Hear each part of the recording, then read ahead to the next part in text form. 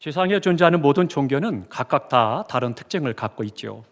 여러 가지 특징들이 갖고 있는데 그 중에 가장 크게 두 가지를 이야기할 수 있습니다. 하나는 교주입니다. 누가 그 종교를 만들었는가라고 하는 거죠. 또 하나는 그 종교가 갖고 있는 경전, 교리입니다. 그렇기 때문에 모든 종교는 다 교주가 있고 경전이 있어서 그것을 가지고 종교 생활을 하고 있습니다. 그런데 종교는 인간이 만들어낸 그런 것입니다.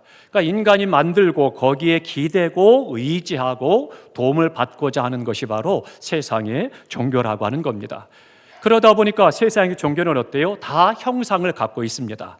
그래서 모양과 조각을 만들어서 사람이라든가 짐승이라든가 자연이라든가 이런 모든 것들에 대한 형상을 만들고 그곳에서 비는 그런 일들을 행하게 됩니다.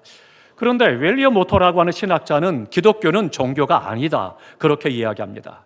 왜 기독교는 종교가 아닌가 하면 종교는 인간이 신을 찾아가는 건데 기독교는 신 되신 하나님께서 우리 인간을 찾아오셨기 때문이다, 그렇게 말씀합니다. 그렇기 때문에 하나님께서는 우리를 찾아오셔서 우리를 죄에서 구원하시되 알파와 오메가가 되시고 처음과 나중이 되시고 영원 전부터 계셨고 영존하시는 하나님께서 우리 인간 오늘날을 찾아오셨기 때문에 그렇기 때문에 종교가 아니라 이야기합니다. 그리고 오늘 본문에 말씀합니다. 다른 이로서는 구원을 받을 만한 이름을 천하 사람 중에 받을 만한 이름이 없고 우리에게 주신 일이 없다, 그렇게 말씀하고 있습니다. 우리는 이 말씀을 통해서 기억할 것은 예수 그리스도만이 유일하시고 또 기독교의 유일한 생명이 있다라고 하는 것을 말씀해 주고 있는 것입니다. 오늘 본문의 말씀의 배경을 보면 그렇습니다. 사도들이 예루살렘에서 열심히 복음을 전해요. 가서 전도합니다. 힘써 복음을 전하다 보니까 그 당시 정치, 종교 지도자들이 마음이 불편했습니다. 그리고 많은 사람들이 그 복음을 받아들이고 따라다니고 하는 것을 싫어하고 시기했습니다. 그래서는 이 사도들을 붙잡아다가 옥에다 가두고 그리고는 그들을 협박을 하기도 하고 고문을 하기도 하고 그리고 심판을 받도록 신문에 넘겨주게 됩니다. 그래서는 이 사도들이 신문대에 섰을 때 심판대 앞에서 말씀한 것이 뭐냐면 오늘 본문에 있는 5절부터 12절까지의 말씀에 예수님이 누구이신가 그것을 말씀하고 있습니다. 우리가 전하는 예수는 이러한 분이다, 그 예수를 내가 증거할 뿐이지 우리는 잘못한 게 없다. 그래서 그 법정에서 예수 그리스도에 대해서 말씀을 하고 있는 것이 본문이 속해 있는 5절부터 12절까지의 말씀입니다. 그 내용은 딱 한 가지입니다. 다 함께 하십니다. 오직 예수. 우리 다음 세대만 하겠습니다. 크게 합니다. 오직 예수. 잘하셨어요. 오직 예수. 왜 오직 예수일까요? 그것을 우리가 알아야 되겠습니다. 첫 번째로는 존재의 유일성 때문에 오직 예수시라는 것입니다. 히브리서 13장 8절에 보니까 예수 그리스도는 어제나 오늘이나 영원토록 동일하시다, 그렇게 말씀하고 있습니다. 창세 전부터 계셨고 또 이 땅에 오셔서 십자가에 못 박아 죽으셨고 3일 만에 사망 권세를 깨뜨리고 부활하셨고 승천하셔서 다시금 제 이름대로 오실 터인데 그 예수 그리스도는 영원히 변함이 없고 유일한 존재다라고 말씀하고 있습니다. 중국에 가면 공자의 무덤이 있죠. 인도에 가면 석가의 무덤이 있습니다. 메카에 가면 마호멧의 무덤이 있죠. 그러나 예루살렘에 가면 예수님의 무덤은 빈 무덤이라고 하는 것입니다. 왜 그래요? 우리의 모든 죄와 질고를 담당하고 십자가에 못 박아 죽으셨다가 3일 만에 사망 권세를 깨뜨리시고 다시 살아나셔서 부활하셨기 때문에 예수님의 무덤은 빈 무덤이라고 하는 것입니다. 그 살아계신 하나님 영원히 존재하시기 때문이다, 그것을 말씀합니다. 그렇기 때문에 우리 기독교는 생명과 구원을 주는 산 종교, 살아있는 종교다라고 말할 수가 있는 것입니다. 30년 이상 불교에 귀의하고 심취했던 분이 있었습니다. 그분이 주님께로 돌아와서 그리고 예수를 믿게 되면서 간증한 것이 이런 간증이었습니다. 네, 산에 절에 찾아가서 늘 그렇게 불공을 드리고 치성을 드렸습니다. 근데 어떤 우환이 생겨서 그래서는 상담을 했더니 100일 기도를 하라더라는 거예요. 그래서 이제 스님의 지도를 받아서 100일 동안 날마다 절에 올라가서 기도를 드립니다. 항상 가서 계속 기도를 드리는데 어느 순간 마음속에 그런 생각이 들더래요. 내가 이렇게 와서 치성을 드리는데 왜 부처는 앉아서 눈 하나 깜빡하지 않고 그냥 그렇게만 앉아만 있을까? 어느 순간 갑자기 그런 생각이 들더랍니다. 그래서는 마음속에 고민이 되기 시작을 했다고 그래요. 왜? 내가 그렇게 열심히 기도하는데 왜 내 기도에 응답하지 않는가? 왜 부처는 가만히 앉아있기만 하는가?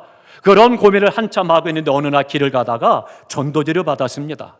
그래서 노방에서 전도하는 성도들의 전도지를 받고 나서 마음이 이상한 생각이 들어서 한번 가봐야 되겠다. 그리고는 교회를 찾아온 거예요. 교회를 와서 첫 예배를 드리는데 자기도 모르게 눈물이 나기 시작을 하고 마음이 평안하기 시작을 하고 이것이 뭐지? 그런 생각이 들더라는 거예요. 그 시간 그가 주님을 만났다라고 하는 것입니다. 그래서는 마음껏 울고 그리고 났더니 마음에 기쁨이 그렇게 충만하더라는 거예요. 사랑하는 성도 여러분, 기독교는 유일한 것입니다. 내가 믿는 주님이 오늘도 나와 함께 계셔서 나의 삶과 영혼을 주장하고 계심을 믿으시기 바랍니다.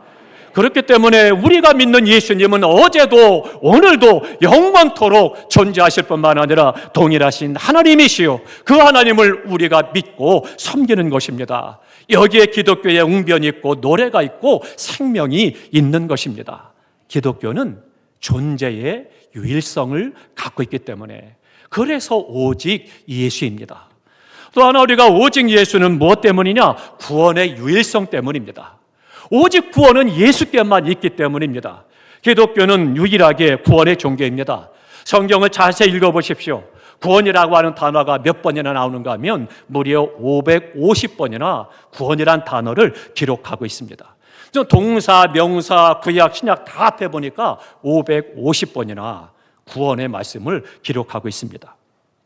근데 예수 그리스도의 유일성은 나와 영원한 동반자일 뿐만 아니라 나아가서는 나의 구원자가 되시고 나를 지켜 보호하시는 하나님이시라는 것을 말씀해주고 있는 것입니다. 가령 누가 나와 함께 천년만년을 함께 할 수 있다 할지라도 그가 나에게 아무런 도움도 되지 않고 힘도 되지 않고 영향도 끼치지 못하고 구원이 되지 못한다면 그 동반은 의미가 없는 거죠. 오늘 본문은 말씀합니다. 천하 인간의 그 어떤 이름으로도 구원을 결코 받을 수 없다. 오직 예수 그리스도를 통해서만 구원을 받는다라고 말씀하고 있습니다. 그리고 그 예수께서는 우리와 세상 끝날까지 함께하겠다라고 약속하고 계신 것입니다. 세상의 어떤 나라, 어떤 성현, 어떤 교주도 길을 찾아라, 길을 발견하라, 득도하라 그렇게 이야기하지 내가 길이다, 내가 진리다, 내가 생명이다 말한 그런 교주는 없는 겁니다. 왜요? 불가능하거든요. 그러니까 그렇게 말할 수 없는 거예요. 오직 유일하신 구원 되시는 예수 그리스도만이, 주님만이 내가 길이요 진리요 생명이다라고 말씀하고 있는 것입니다. 사랑하는 성도 여러분, 우리는 언제나 명확하고 분명한 결론 앞에 서야 합니다. 그것은 예수를 믿어야 구원을 받는다라고 하는 것입니다. 우리 교회에 들어오는 모든 사람들은 다 예수 믿고 구원받기를 주님의 이름으로 축원합니다.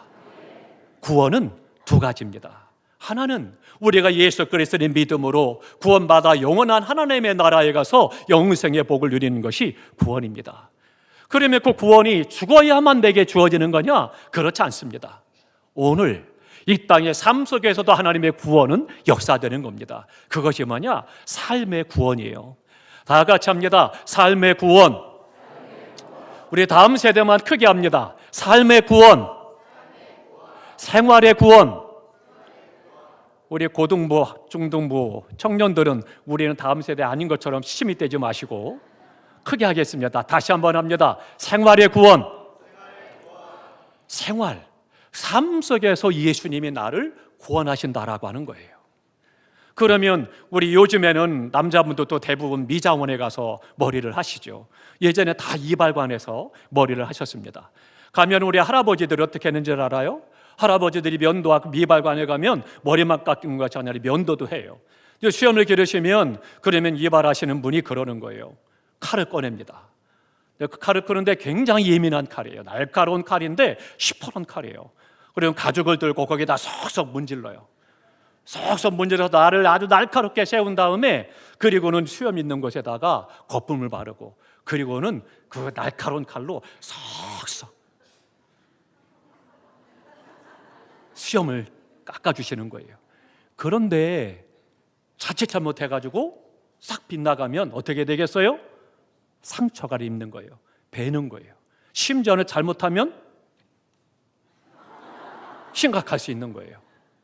그러니까 그 상황 속에서도 하나님께서 이발하시는 분을 건강을 붙잡아 주시고 컨디션을 붙잡아 줘서 베이지 않게 하고 안전하도록 지키시는 것도 생활의 구원이에요. 우리가 버스를 타고 성전에 오고 자가용을 타고 교회를 와요. 성전에 올라올 때도 안전히 도착하게 한 것도 생활의 구원이에요. 그러니까 우리 다음 세대들이 또 하나님 앞에 시험을 준비하면서도 하나님, 나 이번 시험 보는데 지혜 주세요. 내 실력 다 발휘하게 해주세요. 기도해서 그리고 시험 칠 때 실수하지 않게 하신 것도 생활의 구원이에요. 우리가 생활 속에서 순간순간 이 땅에 살아가면서 경험하는 하나님의 은혜, 구원이 날마다 우리의 삶 가운데 순간순간 있는 거예요. 그렇기 때문에 구원이라고 하는 것은 내가 죽어서 하나님의 나라에 가는 것만이 구원이 아니라 이 땅에서도 삶 속에서 순간순간 환난을 만나고 시험을 만나고 어려움을 만나고 또 고난을 당할 때에도 질병이 있을 때에도 하나님의 은혜로 새로운 삶을 얻고 참고 견디고 이기는 것도 치료받는 것도 구원이라고 하는 겁니다. 그러니까 우리 세연제단에 들어오는 모든 사람들은 누구든지 예수 그리스도로 말미암아 구원의 복을 받아 누리시기를 주님의 이름으로 축원합니다. 또 하나 오직 예수라는 이유는 세 번째는 그겁니다. 능력의 유일성 때문입니다. 요한복음 1장 1절에 말씀합니다. 태초에 말씀이 계시니라 이 말씀이 하나님과 함께 계셨으니 이 말씀은 곧 하나님이시라 그렇게 말씀하고 있습니다. 3절에 보니까 만물이 그로 말미암아 지은 바 되었으니 지은 것이 하나도 그가 없이는 된 것이 없다 그렇게 말씀하고 있습니다. 그러니까 요한복음 1장 1절에 3절까지 말씀에서 그라고 하는 말씀 또 말씀이라고 하는 단어는 뭐냐? 예수 그리스도를 의미하는 겁니다. 그러니까 예수 그리스도께서는 천지를 창조하셨을 뿐만 아니라 죽은 소녀를 살려주셨고 과부의 아들을 살려주셨고 죽은 지 사흘이나 지난 나사로를 살려주셨어요. 그것을 성경은 기록하고 있습니다. 무슨 말씀이냐? 천지를 창조하신 예수 그리스도, 이 땅에 오셔서 모든 죄를 담당하셔서 우리를 구원하신 예수 그리스도, 사망까지도 지배하고 다스리시고 이기는 예수 그리스도를 우리에게 말씀해주고 있습니다. 그 예수 그리스도는 전능하신 하나님이시다 말씀하고 있습니다. 전능하신 하나님, 그 전능하신 하나님께서 우리에게 은혜를 베풀어 주시고 우리를 지키시고 인도에 가신다라고 하는 거죠. 사람들이 말할 때는 힘이라고 하는 것은 상대적입니다. 그렇기 때문에 그 힘이라고 하는 것은 상대에 의해서 약한 힘이 되기도 하고 강한 힘이 되기도 합니다. 그러다 보니까 강한 힘은 어때요? 약한 힘을 때로는 억누르는 그런 것들이 일어나고 있죠. 그 힘은 변동적이 됩니다. 그러니까 요즘에 온 세계가 다 지금 난리잖아요. 그래서는 어떻습니까? 신 이데올로기가 오는 것 아니냐? 그래서 염려하고 걱정하고 있죠. 팍스 아메리카나, 힘에 의한 미국의 권력을 가지고 세계를 제도를 개편하려고 하고 중국을 견제하고 또 중국에서는 자기들이 세계 대국이다, 우리가 천하 제일이야 주장을 하고 그 사이에서 온 세계가 고통을 당하고 관세 때문에 어려움을 당하고 경제적으로 정치적으로 힘들어하죠. 그러다 보니까 우리나라도 여러 가지 압박이 지금 오지 않았습니까? 그런데 그런 모든 것들이 뭐예요? 힘에 의한 논리라는 거예요. 일본 군국주의가 맹위를 펼칠 때도 어땠습니까? 세계 모든 나라를 향해서 정복하려고 하고 그래가면서 정복한 나라마다 우리나라 황제가 천하 제일이야, 그리고는 황제 숭배를 강요했죠. 그러나 그는 어떻습니까? 그 황제도 히로히토도 결국은 1989년에 사망하고 말았습니다. 전능한 존재 아닙니다. 설령 전 세계를 다 정복했다 할지라도 전능한 존재는 아닙니다. 그도 언젠가 늙어지는 것이고 언젠가는 그도 사망에 이르게 된다라고 하는 거죠. 전지전능하신 분은 오직 한 분 예수 그리스도이심을 믿으시기 바랍니다. 그렇기 때문에 우리가 섬기는 예수 그리스도, 오직 예수, 그분만이 전능하신 하나님이십니다. 마지막 또 하나는요, 사랑의 유일성 때문입니다. 요한복음 3장 16절에 보니까 하나님이 세상을 이처럼 사랑하사 독생자를 주셨으니 그렇게 말씀하고 있습니다. 에베소서 2장 4절에 보니까 그 큰 사랑 그렇게 말씀합니다. 하나님께서 우리를 사랑하셔서 독생자를 주셨다는 것을 바울은 말하기를 큰 사랑이다 그렇게 말씀하고 있는 거죠.